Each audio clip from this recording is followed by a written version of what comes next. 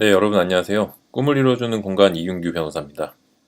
네, 제가 업로드가 조금 늦었는데 요새 제가 일이 좀 많이 바빠가지고 좀 양해를 좀 부탁드립니다. 이번 시간에는 미수범을 한번 준비를 해봤는데요. 미수범 같은 경우가 제가 예전에 학생 때로 돌아가서 생각을 해보면은 뭐라고 해야 되지? 좀 혼란스럽다고 해야 되나? 제가 예전에 이걸 배울 때는 일반적인 범죄의 성립 방식과는, 그러니까 검토 순서랑은 조금 다르게 판단해야 된다는 얘기를 들었었어요. 주관적인 어떤 고의, 그 부분부터 검토를 하고, 그다음 나머지 어떤 객관적인 부분을 검토해야 한다고 하는데, 거기에 대한 이유를 설명해주는 분은 없었거든요. 근데 제가 지금에 와서 이제 공부가 조금 쌓이고 나서 생각을 해보면, 그런 설명 방식은 잘못된 거라는 생각이 많이 들어요. 우리 형법의 규정을 좀 안 본 게 아닌가. 왜냐면 제가 지금까지 이제 예를 들어서 많이 설명을 하고 있는 게 살인죄인데요. 뭐 좋은 예는 아니지만 어쨌든 한번 형법 250조 1항을 보시면은 사람을 살해한 자는 이렇게 이제 구성 요건이 있죠. 뒷부분 효과는 읽지 않겠습니다. 그럼 그 경우에 만약에 사람을 살해를 하려고 했는데 사람을 다 내가 어떤 계획을 이렇게 세웠다고 한번 해볼게요. 4번 칼을 찔러서 죽이겠다.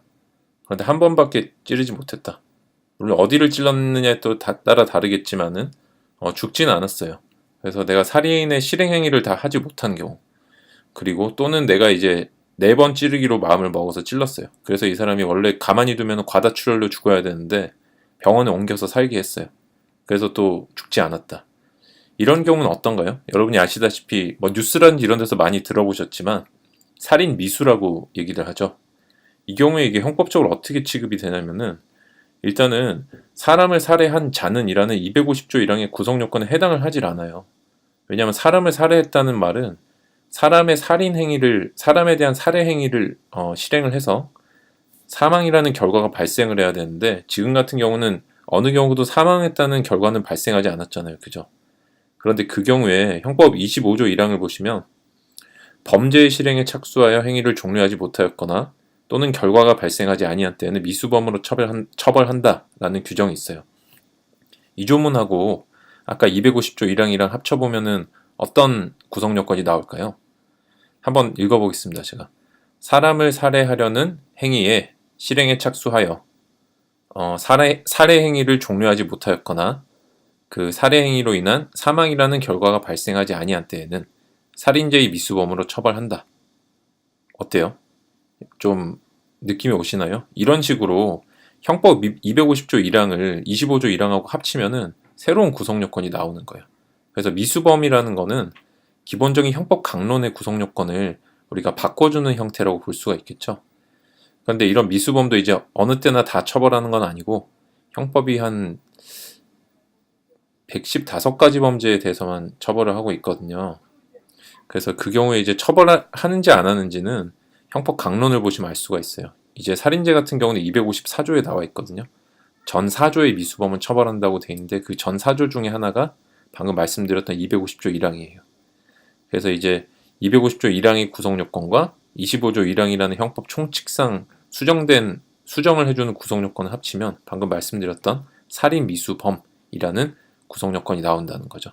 그래서 그런 구성 요건이 나왔는데, 그래서 여러분이 이제 형법을 보시다 보면은 범죄 성립하고 처벌을 나눠서 항상 다 규정을 하고 있잖아요, 형법에. 그래서 이거를 동시에 규정해야 된다는 원칙을 죄형 법정주의라고 하는데, 죄와 형벌은 동시에 이제 법의 구성이 돼야 된다는 건데, 규정이 돼야 된다는 건데, 형법은 그러면 미수범 처벌은 어떻게 하고 있을까요? 처벌한다라고만 방금 254조에서 봤는데, 처벌 어떻게 되냐는 거죠. 그 부분은 다시 25조 2항이 나와 있어요. 미수범의 형은 기수범보다 감경할 수 있다. 아, 이거는 판사한테 재량권을 준다는 걸 알 수가 있죠. 제가 첫째 시간에 말씀을 드렸지만 우리 형법상 범죄를 저지른 사람을 처벌할 수 있는 권한은 판사만이 가지고 있어요. 그래서 이 부분을 모두 종합을 해보면은 250조 1항에 사람을 살인하려다가 다시 25조로 넘어가서 25조 1항으로 넘어가면은, 즉 살해 행위를 착수했는데 종료하지 못했거나 결과가 발생하지 아니한 때에는 어디로 간다고요? 254조 미수범은 처벌하는데, 다시 25조 2항으로 오면 미수범의 형은 기수범보다 감경할 수 있다. 이렇게 250조 1항과 25조 1량이 합쳐져서 범죄의 성립과 처벌에 대해서 규정하고 있다는 걸 알 수 있죠. 여기까지 이해가 잘 되셨나요? 잘 이해가 안 되시면 설명 한번 들어보시고 조문 두 개를 250조 1항하고 25조 1항을 가져다 놓고 한번 머릿속으로 이게 구성이 잘 되는지 생각을 해주세요. 강의를 들으실 때는 이렇게 단순히 듣고 내가 바로 이해될 수가 없어요. 제 머릿속의 구조랑 여러분의 머릿속의 구조가 다르기 때문에 실력이 빨리 느시려면은 계속 말을 음미를 해보는 게 필요해요. 되뇌이는 게. 그래서 머릿속으로 이게 올바른 결론, 그러니까 올바르다는 말은 좀 정확하진 않지만 적절하진 않지만 보다 많은 사람들이 기존의 선배들이 생각했던 방식들이 내 머릿속에 자리 잡게끔 10분에서 15분 정도 이게 시간을 둬서 천천히 사고를 하는 게 많이 필요합니다. 지금 여러분들은 그냥 강의를 때려박는다는 말이 적합할 정도로 그냥 일방적으로 강의만 듣고 그거를 그냥 생각도 안 해본 채로 쏟아내는 방식으로 공부를 많이 하시는데요. 그렇게 하시면은 당장의 시험에 합격도 잘 안 되고 장기적으로도 좋은 법조인이 될 수가 없어요. 그래서 사고하는 습관을 좀 많이 들이시기 바랍니다. 그래서 다음 설명으로 넘어가 보면요.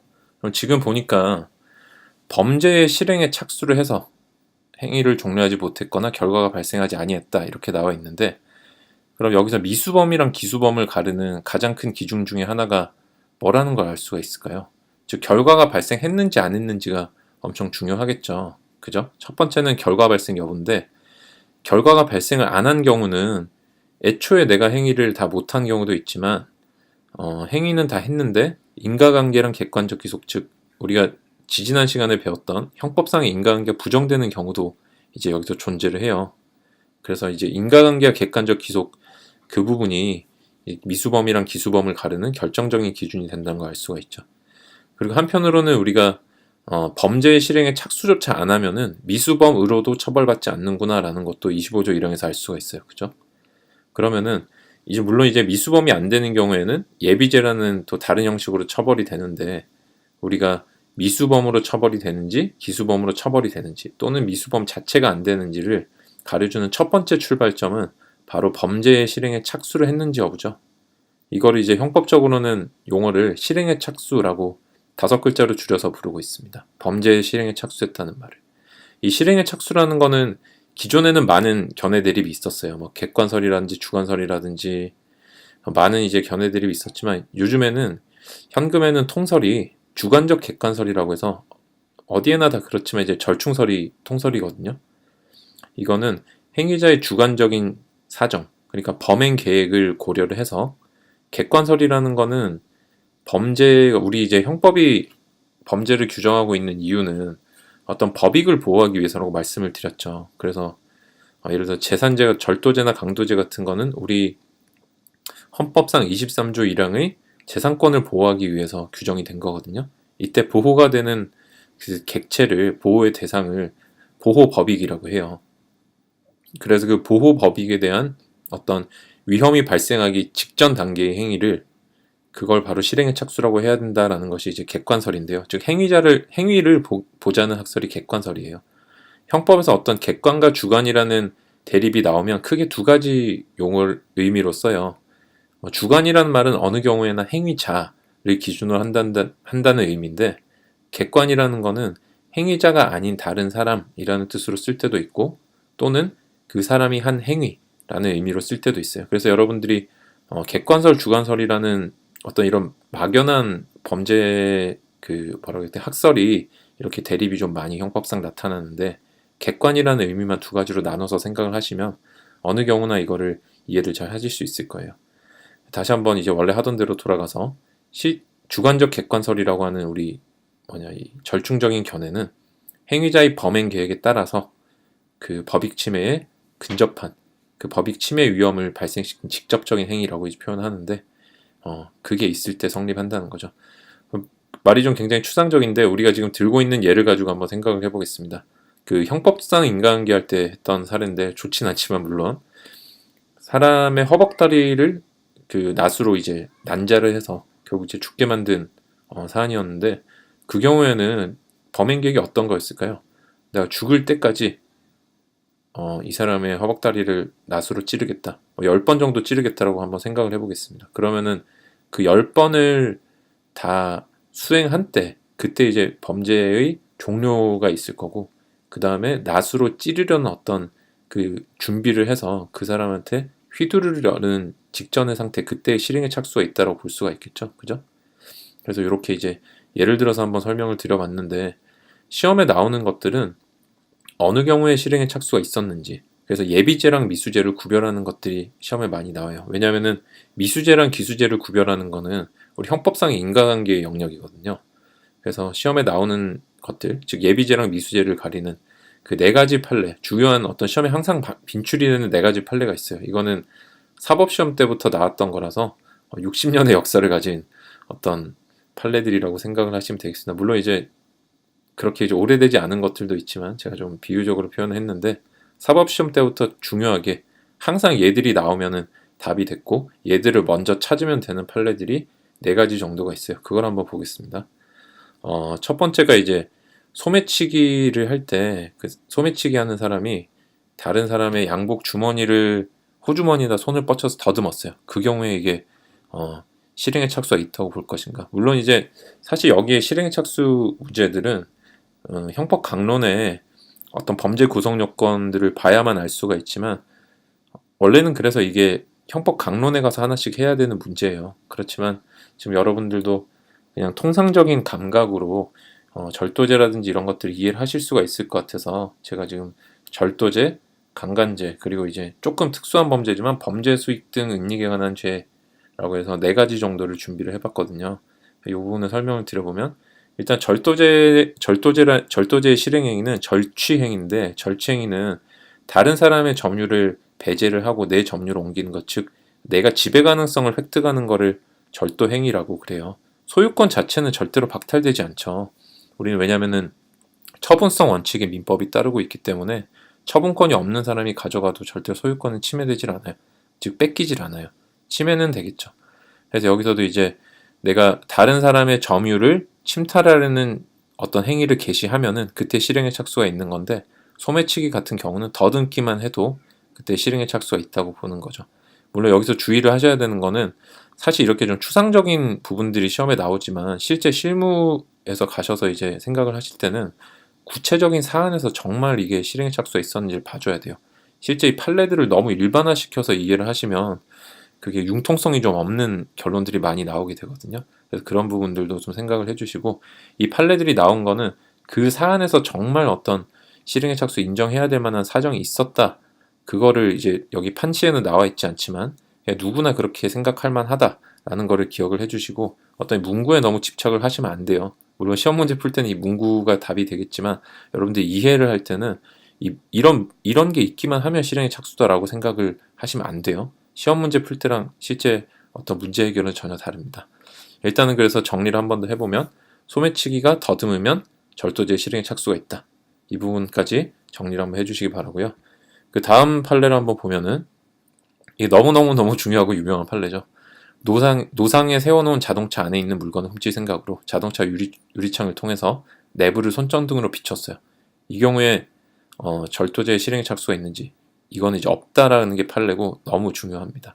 절도죄라는 거는 다시 한번 말씀드리지만 점유를 내가 가지고 와야 돼요. 근데 그 점유를 가져오기 위한 직접적인 행위가 되려면 어느 정도 돼야 될까요? 유리창으로 비춰본 정도는 안 되고 자동차 문을 열어보는 정도는 돼야 돼요. 물론 키가 없으니까 열리진 않겠죠. 근데 뭐 어떤 특수도구를 이용해서 자동차를 따려고 한다든지 아니면은 뭐 가짜 키를 넣어서 자동차를 열어본다든지 아니면 문이 열렸는지 그냥 확인해 본다든지 그런 정도는 돼야지 유리창으로 비춰보는 정도는 절도죄 실행의 착수가 있다고 볼 수가 없다는 거죠. 자, 그리고 그 다음 판례는 보면 이제 피고인이 간음할 목적으로 새벽 4시에 여자 혼자 있는 방문 앞에 가서 방문을 열어주지 않으면 부수고 들어갈 듯한 기세로 방문을 두드렸다. 여기서 방문을 두드렸다는 게 이제 적극적인 행위이기 때문에 이 부분이 실행의 착수가 있냐는 거예요. 강간죄. 근데 강간죄라는 거는 상대방이 반항을 못할 정도로 실제 했는지 안 했는지는 관계없지만 어쨌든 일반적인 사람들이 봤을 때 야, 이 정도면은 상대방이 꿈쩍도 못 하겠는데? 라는 정도의 어떤 폭행이나 협박이 있어야 돼요. 유형력 행사가 있어야 된다는 거예요. 그래서 이 경우에는 실제 사안에서도 피해자가 위협을 느꼈다는 점이 되게 중요했어요. 그래서 이 여자분이 이제 창문에 걸터 앉아가지고 가까우면 나 여기서 뛰어내린다 이랬는데 근데도 이 사람이 베란다를 통해서 이제 문을 막 두드리고 들어가려고 했다는 거예요. 여기서 이제 여러분들이 좀 헷갈리시면 안 되는 게 상해죄나 폭행죄에 있어서의 어떤 폭행의 의미랑 이 강간죄에 있어서 폭행 협박이라는 의미는 달라요. 형법 강론에서 비슷한 같은 용어들이 이제 여러 번 등장하는 경우가 있는데 특히 폭행이나 협박은 4번 정도 총 크게 나누면 4번 정도 등장을 하는데 그 의미가 다 달라요. 그 사람에 대해서 직접 폭행이나 협박을 해야 되는 경우가 있고 그 다음에 사람 주변 물건에 대해서 하는 경우에도 폭행 협박이라고 보는 경우도 있고 지금처럼 이제 폭행 협박 그 사람에 대한 건 아니었지만은 어떤 반항을 현저하게 억압해야 될 정도 이 정도가 돼야 될 때도 있고 그 다음에 어떤 한 지역 내에서 일어날 때 이게 내란죄라든지 이럴 때 이제 쓰는 건데요.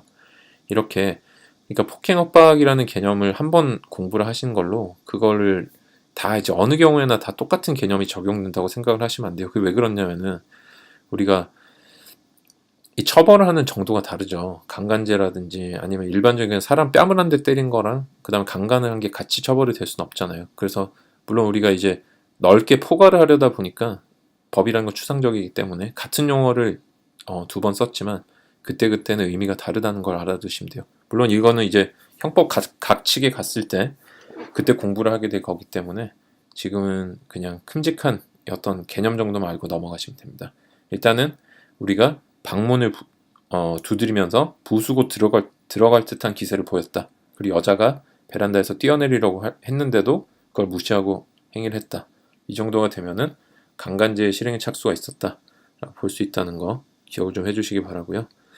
그리고 이제 범죄 수익 등 은닉에 관한 죄라는 거는 여러분이 형법에서 이제 배우진 않아요. 형법 특별법에서도 배우진 않는데 다만 이제 실행에 착수할 땐 이게 좀 빈번하게 나오기 때문에 공부를 해두셔야 되는데요. 다른 게 아니라 이 범죄 수익을 자기가 범죄를 통해서 얻은 수익들을 숨기는 경우가 있어요. 은닉죄라 그러는데 범죄 수익 은닉이라고 생각하시면 되는데 그게 혹시 내가 다른 사람 계좌를 통해서 넣었을 때야 그게 범죄 수익을 은닉했다고 볼 수 있겠지만 계좌를 개설한 것만으로도 그 죄가 된다고 할 수 있을까요? 이게 안 된다고 본 게 우리 대법원의 태도예요. 그래서 제가 이 페이지에 여러분들이 보시는 건 이제 이 페이지가 아닐 수도 있어요. 제가 이제 편집을 좀 나눠서 했는데 어쨌든 이게 계좌를 개설한 것만으로는 범죄 수익 은닉죄가 아니다 라는 정도의 결론만 기억을 해두시면 되겠습니다. 네, 그래서 지금까지 이제 했던 게 범죄 실행의 착수에 대한 판례들을 4가지 정도 봤는데요. 제가 쭉 설명을 드렸던 부분 자체가 형법 그 17조 인과관계, 그 다음에 25조 1항의 미수, 그 다음에 250조 1항의 살인죄 이 3가지 그 구성 요건들을 가지고 설명을 드려봤는데 한편 그러면은 미수범이 성립하려면은 주관적인 부분은 어떻게 돼야 될까요? 그 고의 제가 범죄가 성립하려면 고의가 항상 있어야 된다고 말씀을 드렸죠. 13조 죄의 성립 요소인 사실을 인식하지 못한 행위는 벌하지 아니한다. 이 경우에도 마찬가지일까요? 이 경우에도 똑같이 적용이 됩니다. 지금 객관적인 부분이 결과가 발생을 안 했다든지 아니면은 실행의 착수는 했지만 실행행위 자체를 종료를 못했다든지 이렇게 수정이 되긴 했지만 여전히 13조는 여기도 적용이 돼요. 그래서 이거를 내가 결과 발생을 못 시켰지만은 결과가 발생할 것으로 의욕을 했다, 인식을 했다 라는 사정이 반드시 있어야 돼요. 그래서 이걸 기수의 고의가 있어야 된다고 표현을 하거든요. 그래서 결국에 이제 미수범이라는 거는 기수범을 범하려고 했는데 객관적인 어떤 결과는 발생하지 않았거나 아니면 내가 실행행위 자체를 종료를 못한 경우라고 정의를 할 수가 있겠죠. 만약에 이런 기수의 고의, 즉 범죄 결과가 발생할 것을 의욕하지 않았다고 하면 어떻게 될까요? 그 경우에는 처벌되지 않아요. 그래서 우리가 이제 수사기관에서 이걸 많이 쓰거든요. 특히 마약 같은 거는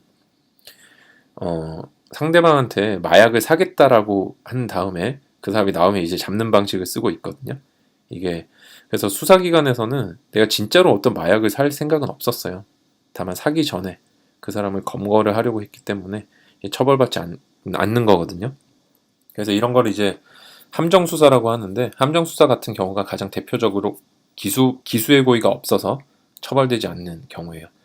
그러니까 여러분들이 함정수사를 원칙으로 생각하시면 안 되고 일반적으로는 범죄를 저지르려고 했으나 객관적으로 결과가 발생하지 않았거나 또는 인과관계 없거나 실행행위 자체를 종료 못한 경우 이때는 미수범으로 처벌된다 이렇게 기억을 해주시면 돼요. 그래서 제가 시작할 때 말씀을 드렸지만은 이 미수범이라는 거는 주관적인 구성 요건은 똑같이 일반적인 범죄랑 똑같이 있어요. 근데 객관적인 부분이 부족하죠. 그래서 이제 공부를 좀 다르게 하신 분들은 그 주관적인 부분이 꽉 차 있기 때문에, 즉 고의범하고 똑같이 있기 때문에 그 주관적인 부분을 먼저 검토를 하고 그다음 객관적으로 부족한 부분을 봐야 된다고 하는데, 제가 아까도 말씀드렸지만 잘못됐어요. 어떤 사람이 살인행위를 저지른 것처럼 보이는데 그 사람이 살인죄의 죄책을 지는지는 형법 250조 1항부터 먼저 봐줘야 돼요. 250조 1항을 검토를 했는데 성립하지 않는구나. 즉 기수의 고의도 있고 그렇지만 객관적으로 결과 발생하지 않았구나. 즉 250조 1항으로는 처벌되지 않는구나 라는 결론을 내리고 그 후에 다른 구성 요건으로 넘어갔는데, 그게 형법 25조 1항 더하기 형법 250조 1항이었어요. 즉 살인행위를 자기가 저질렀으나, 즉 실행에 착순했으나 종료를 못했거나 또는 결과가 발생하지 않았거나 또는 결과와 자기의 행위 사이에 인과관계 없거나 이 세 가지에 걸리면 미수범으로 처벌되고, 미수범은 감경할 수가 있었죠. 어떻게 구조가 이해가 되시나요? 그러니까 이게 그 차고에서도 마찬가지고 그 다음에 이런 미수범도 마찬가지지만 모든 걸 한 번에 다 생각해서 결론을 내리려고 하면 형법이 망해버려요. 단계적으로 사고하는 습관을 좀 들이시면서 공부를 하시면 훨씬 이해에 진척이 많이 있으실 겁니다. 그래서 다른 강의 같은 걸 들으실 때 어떤 너무 결과에 맞춰서 그 하는 부분들은 들으시면 안 돼요. 그 별로 바람직한 강의는 아니고, 기존에는 그런 강의가 굉장히 많았지만 형법을 그렇게 이해하기 시작하면 이제 뭔가 공식화돼 버려요. 형법이 사고의 과목이 아니라 공식이랑 도표랑 어떤 암기의 과목이 돼 버리는데, 그렇게 하면 응용 문제를 하나도 풀 수가 없게 돼요.